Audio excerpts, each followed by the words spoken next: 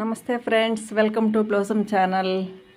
ఈరోజు మటన్ పాయ అండి, మేక కాళ్ళు. ఇది ఇడ్లీకి దోశకి చాలా చాలా బాగుంటుంది. చూడండి ఎంత చక్కగా ఉందో, సూపర్ టేస్ట్ అండి.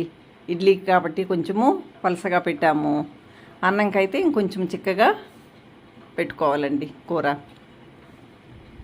స్టవ్ వెలిగించి పెనం పెట్టుకుని పోపంతా వేసుకున్నాము.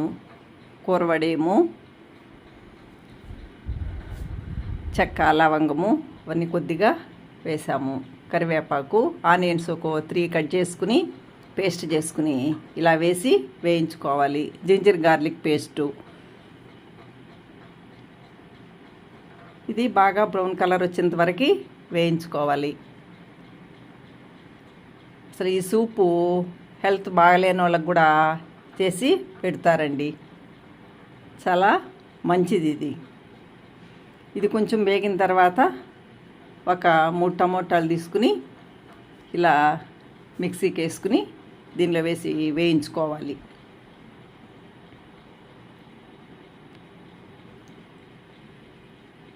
చిన్నపిల్లలకు కూడా కారం లేకుండా ఈ సూపు తాపిస్తారండి. ఇదిగోండి, ఒక 20 విజిల్స్ వచ్చేంత వరకు ఉడకబెట్టాము. ఇది చాలా విజిల్స్ రావాలి, ఎందుకంటే దానిలో నుంచి బాగా ఉడిపోవాలండి అవి. లేకపోతే కాళ్ళు తీసుకుని బాగా వాటిని ఆ నల్లగా ఉండేదంతా లేకుండా క్లీన్ చేసి ఇలా ఉడకబెట్టుకోవాలి.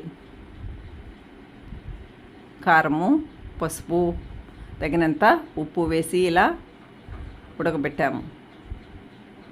దానికి ఇడ్లీ అండి.